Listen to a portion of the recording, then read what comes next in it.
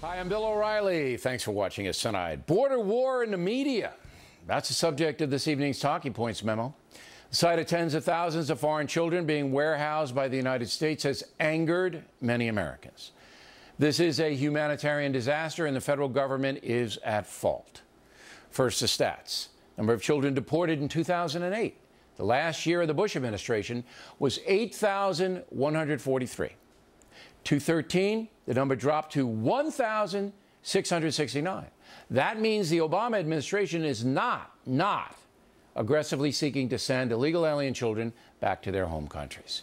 Because of that, the human smugglers in Mexico and Central America have launched a campaign to encourage parents to pay them thousands of dollars in return for taking their kids to the U.S. border.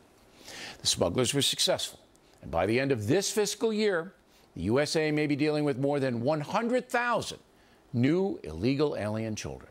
Again, a catastrophe.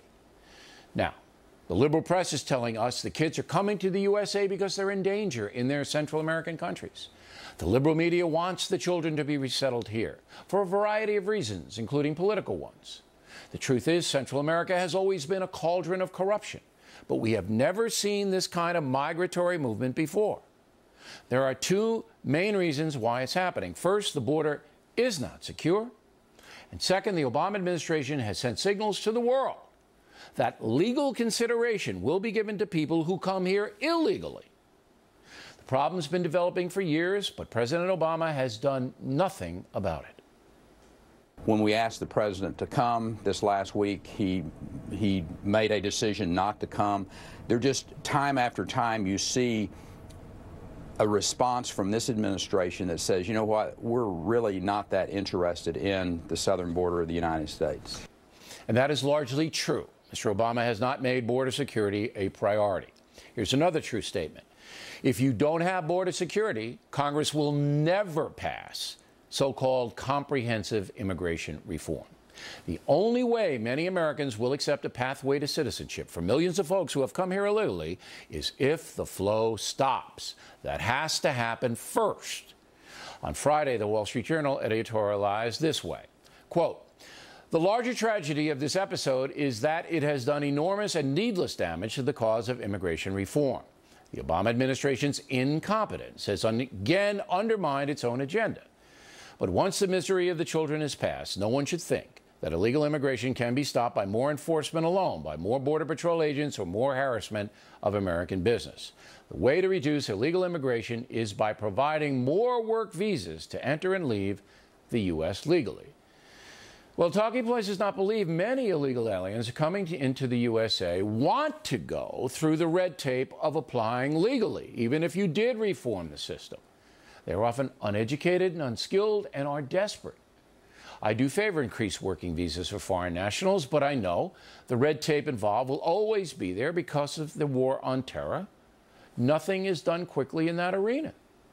On the other side, the uber-liberal New York Times wants to blame the entire situation on the Republicans. It editorializes, quote, "Republicans are feeding the cycle, stoking panic about a border under assault, even to the point of demanding Mr. Obama call out the National Guard.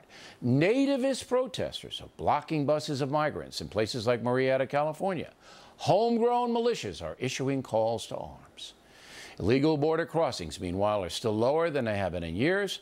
The besieged border is a myth, and the arrival of a few thousand weary refugee children on buses does not make the myth true."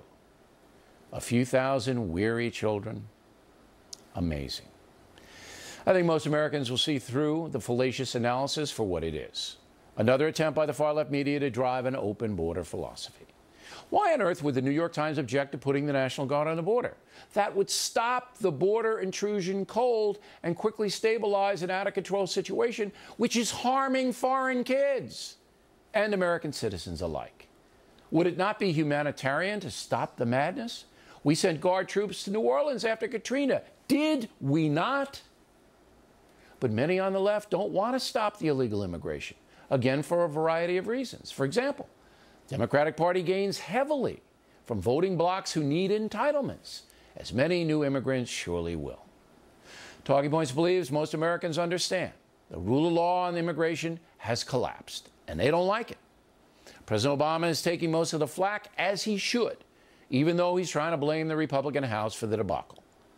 Last week, comedian Paul Rodriguez, who legally came here from Mexico, said this. You know, my heart goes out to the parents that have to traumatize their kids to go through Mexico. They must go through terrible abuse.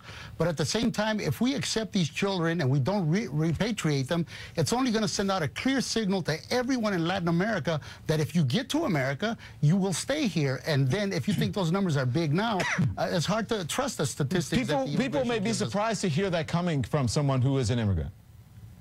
Absolutely. But, you know, there are ways to come to this country. You know, there are ways, there are legal ways. Mr. Rodriguez pointing out that many more illegal aliens have arrived here and have not been processed. They got past border authorities. And there are legal ways to come here. Once again, the problem is solvable. My immigration reform plan is posted on BillO'Reilly.com, and it would work. But all Americans should know that no reform, as I said, no reform will take place until the southern border is under control. And right now, it certainly is not. And that's a memo.